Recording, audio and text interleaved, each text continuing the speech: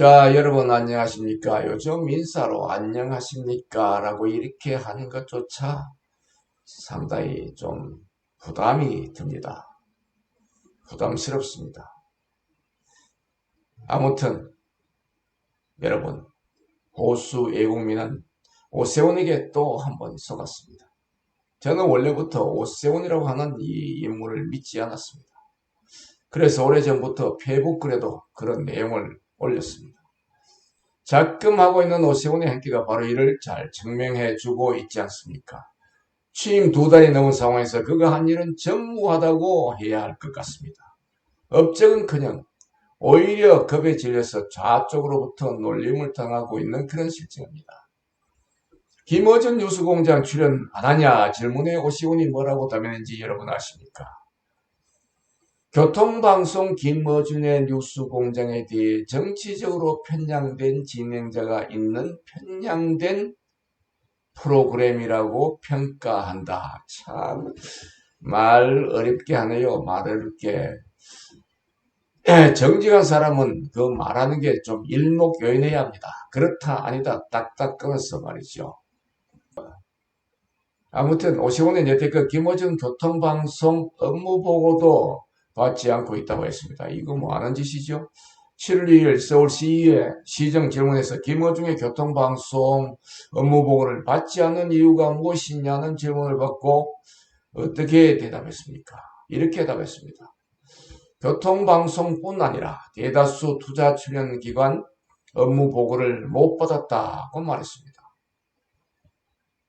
업무보고도 못 받는 그 시장, 이거 허수아비 시장 아닙니까? 하하하. 이어서 그는 업무보고를 받고 어떤 지시를 하든 그 지시는 모종의 압력이나 숨겨진 의도가 있다고 해석될 여지가 충분하다. 이렇게 말했습니다. 이거 뭐 말도 되도 않은 소리를 이렇게 하고 있습니다. 이게 무슨 교통방송 김어준의 뉴스공장에 대해서는 세간의 교통방송이 특히 특정 프로그램 뉴스공장에 대해서 정치적으로 매우 공정하고 균형 잡힌 시사 프로그램이라고 볼 것으로 생각지 않는다. 이 말도 참 어렵게 하고 있네요. KBS와 비교하며 TBS가 자정 노력을 기울여야 한다고 했습니다. 자정 노력. 알아서 해주십시오 하는 말인데 이거야말로 귀신 신하를 까먹는 소리가 아니겠습니까? 이어서 또 오세훈은 생태탕 이후 보도를 가장 많이 한 언론사가 KBS와 TBS인데 KBS는 노조에서 생태탕 보도에 대한 문제 제기를 통해 보도국장 등 인사가 바뀌었다. 이거 뭐 KBS 편까지 들고 있네요. TBS 교통방송도 내부에서 자율적으로 자정 변화 있어야 바람직할 것이라고 말했다는 것입니다. 이런 자에게 교통방송을 당장 폐쇄시켜라는 그런 주문을 했으니 얼마나 가당치 않는 소리였습니까, 여러분? 와, 이거 계속 하림이 천불이 나서 속이 터질 것만 같네요. 애국 우파가 목숨 걸고 핏대를 쐬며 서울시장 당선시켜준 결과가 바로 이거라니 참으로 한심하기 그지없습니다. 오세훈이 서울시장이 됨으로써 얻은 거라고는 우파에게 오세훈이라는 확실한 적이 하나 더 생겼다는 것뿐인 것 같습니다.